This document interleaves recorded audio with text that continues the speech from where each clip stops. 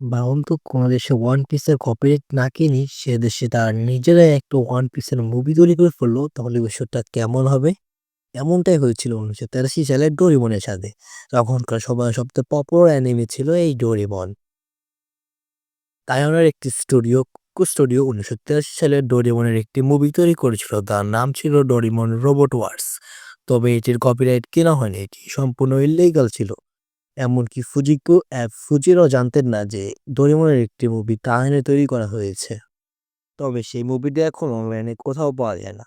তবে অনলাইনে ছোট একটি ক্লিপ রয়েছে, চলুন সেটাই দেখে নেওয়া যাক। Omar Faruk, anime news 24।